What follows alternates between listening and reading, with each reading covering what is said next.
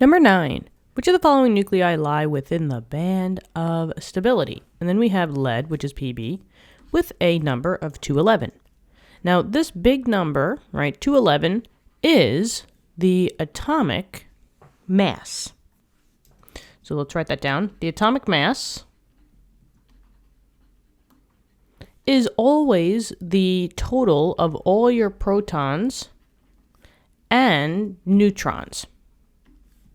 Now, once you start getting up into high numbers of protons and neutrons, so a high number of atomic mass, you start to question everything and you say, how can an atom, having so many protons, so many neutrons, be stable?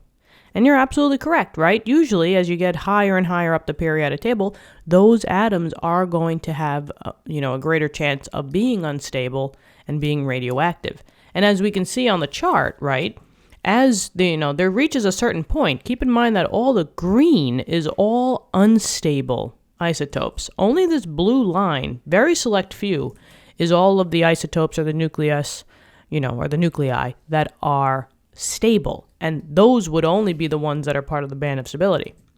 So there comes a point in time where it doesn't matter if you have magic numbers, right? The special numbers that make an atom, the special atoms that make the nucleus stable, right?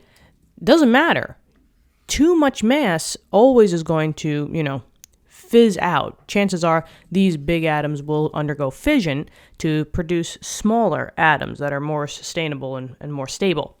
Now, the lucky number is that all isotopes with an atomic mass greater than 208, this number is for 208, right? If you add up these coordinates, this is going to be 208. So I just made it easier for you. All you got to remember is if you have an isotope that has an atomic mass that's greater than 208, it's always going to be unstable.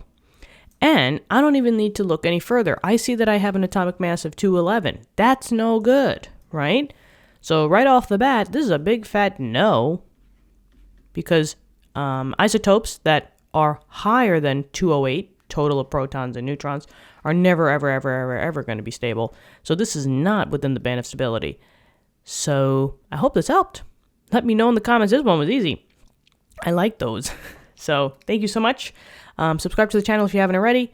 If you want to become a member to the channel, you can as well, to give a little back to us, which in turn, it comes right back to you, because then we'll be able to produce more videos and do more cool stuff for the channel and for this new school year. So thank you so much, and I hope to be talking to you soon. Okay, bye-bye.